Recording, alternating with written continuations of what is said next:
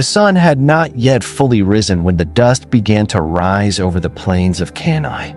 August 2nd, 216 BC, a date that would be etched in Roman memory as one of its darkest days. The land was flat, parched, and unforgiving, perfect for armies to clash. Yet on this morning, as tens of thousands of Romans shuffled into position, armor clanking and shields banging together, one man, a foreigner, far from his homeland, looked at the field and saw not danger but opportunity. That man was Hannibal Barca, commander of the Carthaginian army. He sat astride his horse, dark eyes scanning the Roman host as the wind carried the smell of sweat, leather, and iron. Before him loomed a force of nearly 80,000 Roman infantry and 6,000 cavalry, the largest army Rome had ever assembled. His own army numbered perhaps 50,000. By sheer numbers alone, it was a mismatch. And yet Hannibal smiled, because he had not brought his men here to fight a fair battle. He had brought them here to spring a trap. To understand why these two armies had come to this desolate plain in southern Italy, one must step back into the larger story, the Second Punic War, the clash between Rome and Carthage. Hannibal's war with Rome had begun a few years earlier, in 218 BC, when he led his men, and famously a contingent of war elephants, across the Alps in a feat so audacious that it seemed impossible. Though many men and animals died in the crossing, those who survived descended into Italy hardened by fire and ice. In the years that followed, Hannibal humiliated Rome on multiple occasions. At the Trebia River, 218 BC, he lured the Romans into icy waters and crushed them. At Lake Trasimene, 217 BC, he staged the largest ambush in history, killing tens of thousands as fog concealed his troops. Each victory brought Rome lower, and each defeat sent shivers through the Republic. But Rome was nothing if not stubborn. Determined to crush Hannibal once and for all, the Senate raised yet another massive army, far larger than before. This one would not simply harass or pursue Hannibal, it would obliterate him. The army was placed under the dual command of two consuls, Gaius Terentius Varro and Lucius Aemilius Pallas. Varro, a man of the people, was brash and aggressive, itching for glory. Pallas was more cautious, preferring restraint. By Roman law, command alternated between them each day. On August 2nd, command fell to Varro, and Varro wanted battle. The Roman army that morning was a sight to behold. 80,000 infantry, legionaries armed with short swords, gladii, and heavy throwing spears, pila. 6,000 cavalry, though fewer and less skilled than Hannibal's horsemen. Vast supplies, standards fluttering in the breeze, the thunder of marching feet shaking the earth. Never before had Rome sent such a force against a single enemy. Many soldiers believed the war would end today, that Hannibal, finally cornered, would be crushed by the sheer mass of Roman steel. As Varro rode along the lines, he could sense their eagerness. "Today we end the Carthaginian threat," he shouted, and the legions roared in response, banging their shields with swords. But Hannibal knew something the Romans did not. The battlefield itself was his ally. Hannibal had deliberately chosen the plains near Cannae for the fight. Unlike Trasimene with its foggy hills or Trebia with its riverbanks, Cannae was flat and wide open. To the Romans, it seemed like the perfect ground for their vast numbers. But Hannibal had studied it carefully. The wind here often blew dust into men's faces. Today, it would blow against the Romans. The flat expanse left them with nowhere to maneuver but forward, funneling their massive numbers into a tighter space than they realized. To Hannibal, the plain of Cannae was not just ground. It was a trap. As dawn broke, Hannibal arranged his men in a formation that would have puzzled most generals. Instead of placing his strongest troops in the center, he placed them on the flanks. In the center, he deployed his weakest infantry, Spaniards and Gauls, fierce but lightly armed, arranged in a crescent shape, bulging outward toward the Romans. On the flanks, he stationed his hardened African heavy infantry, disciplined, armored, deadly with spear and shield. On his wings, he placed his cavalry, particularly his Spanish and Gallic horse on the left and his elite Numidian cavalry on the right. The formation looked risky, even foolish. To the Romans, it appeared Hannibal's center would crumble under their weight. Varro, eager for a decisive strike, saw only weakness. But Hannibal's apparent weakness was deliberate. His line was not built to resist. It was built to bend. The sun climbed higher. The heat grew oppressive. Across the field, the two armies stared each other down. The Romans, armored and confident, stood shoulder to shoulder in tight formation. Hannibal's men shifted uneasily, many of them foreigners fighting far from home, yet each inspired by the iron will of their commander. Hannibal rode before them, speaking in different tongues, to his Africans, his Spaniards, his Gauls, reminding each why they fought. For revenge against Rome, for freedom, for plunder, for survival. Then he stopped, lifted his spear, and simply said, "Today, we end Rome's arrogance." A great cheer erupted from his lines. Finally, with the dust swirling and the heat pressing down, Varro gave the signal. The massive Roman army began its advance. It was a sight both awe-inspiring and terrifying. Tens of thousands of men moving forward as one, shields locked, pilo ready, the earth trembling under their march. Drums beat, horns blared. The sheer weight of men and metal surged across the plain like a tidal wave. Ahead of them, Hannibal's crescent-shaped line braced itself. The Romans hit the Carthaginian center with incredible force. The Gauls and Spaniards fought fiercely, but the weight of 80,000 pressing against them was overwhelming. Shields splintered, swords flashed, men screamed as the lines collided. Slowly, deliberately, Hannibal's center began to give way, not breaking entirely, but bending inward, drawing the Romans deeper into the crescent. From where he sat on horseback, Hannibal watched the Romans surge forward, their confidence swelling, exactly as he had planned. By mid-morning, the Roman legions had pushed deep into the Carthaginian center. Dust rose in choking clouds. The cries of the wounded echoed across the plain. The Carthaginian line bent further and further, the crescent nearly collapsing. To the Romans, it looked like victory was at hand. Hannibal was breaking. The Carthaginian center was on the verge of collapse.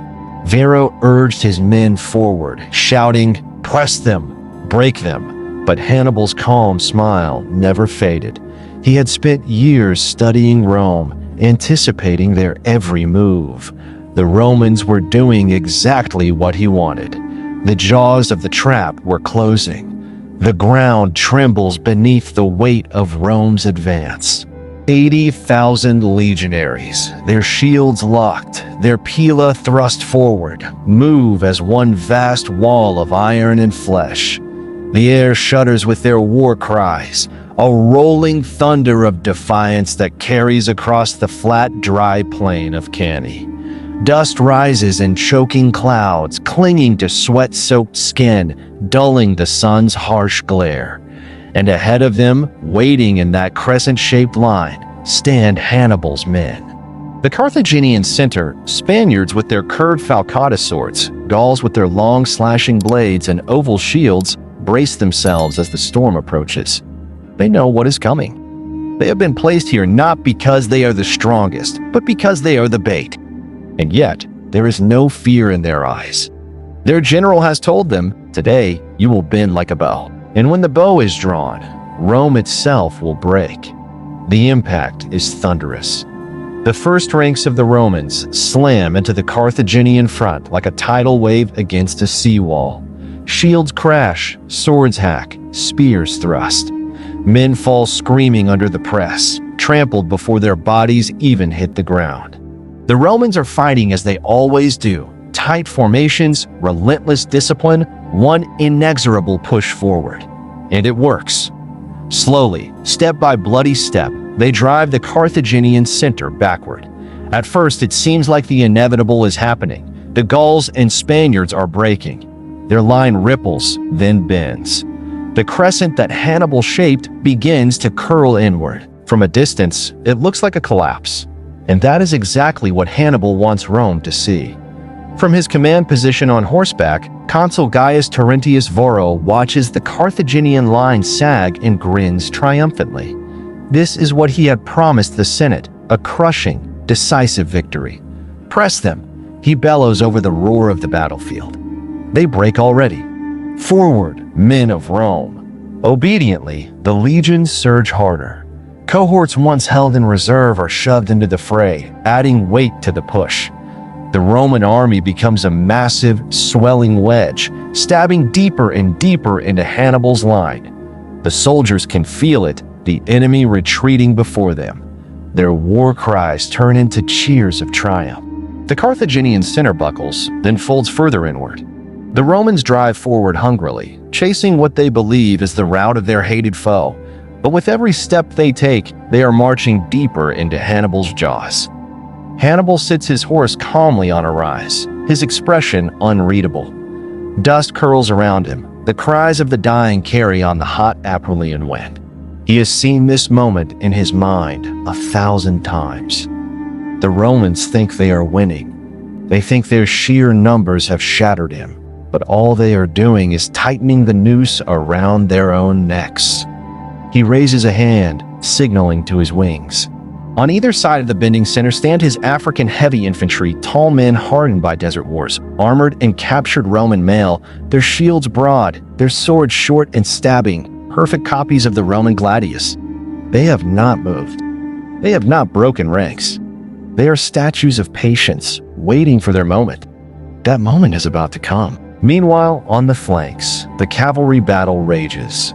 On the Carthaginian left, near the Aufidus River, Hasdrubal commands the Spanish and Celtic horsemen. Fierce and reckless, they slam into the Roman cavalry with wild abandon. The clash is savage, whips cracking, hooves pounding, swords hacking over bucklers.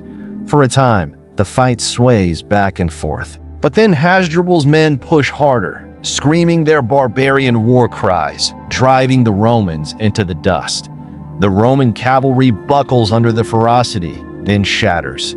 Horses rear and bolt, riders are cut down or dragged away screaming. Within minutes, Hasdrubal has routed them completely. Without hesitation, he rallies his men, not to pursue the fleeing enemy, but to wheel across the rear of the battlefield. His target is not the survivors, but the Roman army itself. On the opposite flank, the Numidian cavalry, light, swift, darting in and out like wasps, hold the remaining Roman cavalry in check.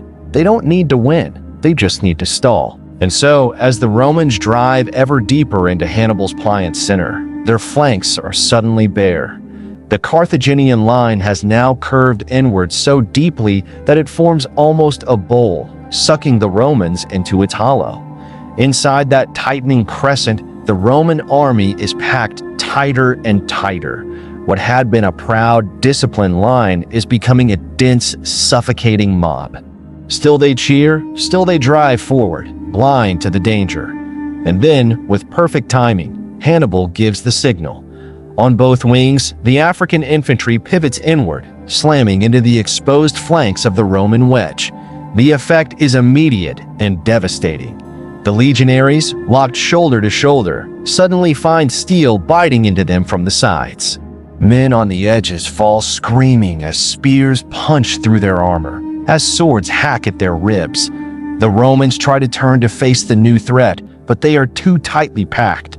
The pressure from behind forces them forward, even as death closes in from the sides. It is no longer a battle. It is the beginning of a slaughter. At first, the legionaries think it's only a counterattack, a temporary push they can resist. But then they hear the horns of Carthage blaring again, and with horror they see Hasdrubal's cavalry thundering back across the battlefield straight into their rear. Dust explodes as the horsemen crash into the last Roman reserves, cutting them down before they can react. The circle is complete. 80,000 Romans are now trapped in a tightening ring of steel. Consul Pallas, fighting grimly on horseback within the press, sees what has happened and feels his stomach turn to stone. "Gods above," he mutters. "We are surrounded." The full horror begins to dawn across the Roman ranks. The cheering stops. The triumphant roars fade into silence, replaced by screams of panic. Men at the front try to push back, only to find there is no room. They are hemmed in on all sides, compressed like cattle for slaughter. And all around them, the Carthaginians tighten the noose. The dust of Cannae hangs thick in the air, turning day into a choking twilight. Inside the encirclement, 80,000 Romans press against each other, trapped, suffocating, realizing their doom.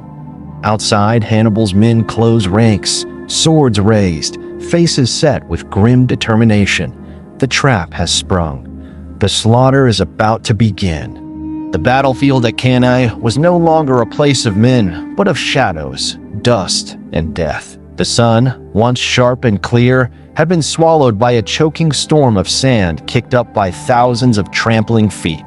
What little light remained filtered down in muted shafts, painting the world in shades of bronze and crimson. And in the heart of this suffocating gloom, 80,000 Romans, the pride of the Republic, the greatest army it had ever raised, found themselves trapped like animals in a pen, surrounded by Carthaginian blades. The trap had snapped shut. At first, the Romans did not understand the scale of their peril. When Hannibal's cavalry, having routed the Roman horsemen, thundered back onto the field and closed the last gap at their rear, the legions assumed this was only another skirmish. They surged forward, believing the Carthaginian center, bowed and retreating, was about to collapse. Victory seemed within reach. But then the line stopped moving. It was not that the Romans had lost their will. It was that there was nowhere to go. The deeper they pushed, the more tightly the Carthaginian infantry curved around their flanks. Soon the legions were pressed together so closely that men could not swing their swords. A soldier in the middle of the formation found himself immobilized, hemmed in on all sides by comrades, just as trapped. His shield was crushed against his chest, his breath stolen by the weight of others leaning into him.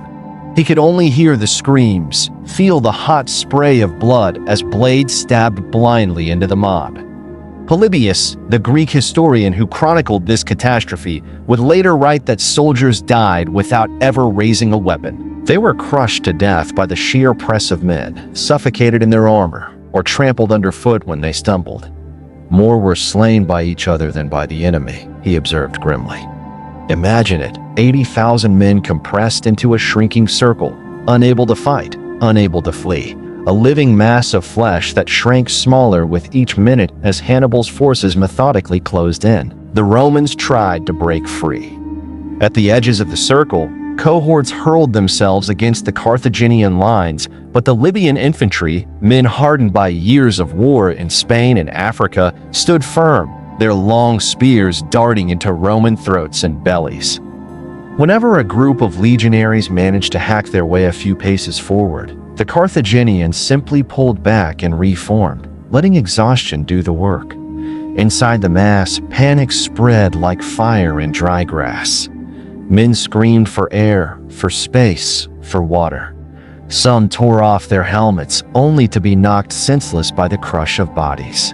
Horses, trapped amid the infantry, went mad, kicking and biting until they too were brought down. The Roman command disintegrated. Trumpets and shouted orders were useless in the chaos. No one could hear, no one could move. The rigid discipline that had once made Rome's legions invincible now became their undoing. Packed into such density, their formations became prisons. Lucius Aemilius Paulus, one of the two consuls leading the army, had already been wounded earlier in the fighting. Refusing to abandon his men, he fought on, rallying what soldiers he could. But when the encirclement closed and the slaughter began in earnest, he knew the truth. Witnesses later said he stood tall on the field, refusing offers of escape. He told those around him, "Go, tell Rome." Paulus fell at Cannae. Moments later, he vanished beneath the tide of blood and iron. His colleague, Gaius Terentius Varro, fared differently. When the situation became hopeless, Varro fled with a handful of cavalry, galloping away toward Venusia. He would carry the shame of survival for the rest of his life, though the Senate later praised him simply for not despairing of the Republic. But for tens of thousands of Romans, there would be no escape. Hannibal had no intention of rushing the victory. He knew that frenzy leads to mistakes. Instead, he commanded his men to advance with cold precision, as if they were craftsmen cutting stone. The Carthaginian infantry and cavalry pressed inward at a measured pace, tightening the noose inch by inch. The killing became mechanical. Spear thrust, step forward. Sword, slash, shield push, step forward. They fought not in wild charges, but in a steady rhythm, as relentless as a blacksmith hammering metal on an anvil. The Romans, by contrast, had no rhythm, no cohesion. Their numbers, once their greatest strength, now betrayed them. Every thrust of a gladius risked striking a fellow Roman. Shields banged against shields, helmets crashed into helmets. They were not soldiers anymore. They were prisoners waiting to die. And die they did, by the thousands. The battle stretched on, not for minutes, but for hours. From late morning until the sun began to dip toward the horizon, the massacre continued. The plain became unrecognizable. Dust turned red with blood. The ground grew slick with entrails. Corpses piled so high that soldiers had to climb over their fallen comrades just to keep fighting. The cries of the dying blended into a single dreadful chorus that carried for miles. Some Romans, realizing all was lost, fell to their knees and bared their throats to the enemy. Others hurled down their weapons and begged for mercy, only to be cut down without hesitation. Still others fought like wild beasts, gouging eyes, biting ears, doing anything to take one enemy with them into death. The Carthaginians, too, suffered, not from defeat, but from exhaustion. Hours of stabbing and cutting left arms numb, shoulders aching. Many paused only to brace themselves against piles of the dead before plunging back into the press. Hannibal himself rode along the perimeter, urging discipline, making sure no man wasted strength in reckless charges. The slaughter became a grim ritual, a slow grinding of life into dust. By late afternoon, the Roman army was no longer an army. It was a heap of corpses with a few pockets of resistance gasping their last. Of the original 80,000, perhaps 50,000 to 60,000 now lay dead or dying. The survivors were herded together, disarmed and bound. Some estimates put their number at 10,000 to 15,000, a pitiful remnant of what had been the largest Roman army ever assembled. When night finally fell, the plain of Cannae resembled a charnel house. Torches flickered across a landscape of carnage. Streams choked with bodies ran red into the Aufidus River. The groans of the wounded rose into the dark sky, a sound so terrible that even hardened soldiers covered their ears. Hannibal, victorious beyond measure, surveyed the field. He had done what no general before him had ever achieved, annihilated a Roman army not by outnumbering it, but by outthinking it. His genius had turned 50,000 men into the executioners of 80,000. And yet, victory was not triumph. Hannibal did not march on Rome itself. His army, though victorious, was tired, wounded, and far from its base of supply. He waited for the Italian cities to revolt against Rome, and some did, Capua, Tarentum, and others. But Rome, battered though she was, refused to kneel. The Senate, in shock, ordered no mourning within the city. They forbade weeping in public. The Republic would endure this humiliation, but it would not show weakness. New armies were raised, new legions conscripted from boys and old men alike. Rome learned from Cannae, learned never again to face Hannibal in a pitched battle. Instead, they bled him slowly, avoiding his traps, wearing him down until at last they could strike back. But for centuries to come, Cannae would remain the ultimate example of battlefield annihilation. Generals from Scipio Africanus to Napoleon to modern commanders studied Hannibal's double envelopment, marveling at its perfection. For the Romans who lived through it, however, it was not a lesson in strategy, but a nightmare burned into memory. A day when the earth itself seemed to turn against them, when discipline and courage became chains that dragged them into death. On August 2nd, 216 BC, Rome sent 80,000 men into battle. By nightfall, the soil of Cannae was drinking their blood. Hannibal Barca, son of Carthage, had carved his name into eternity, not as a mere victor, but as the master of destruction. And the Republic of Rome, though wounded, swore never to forget.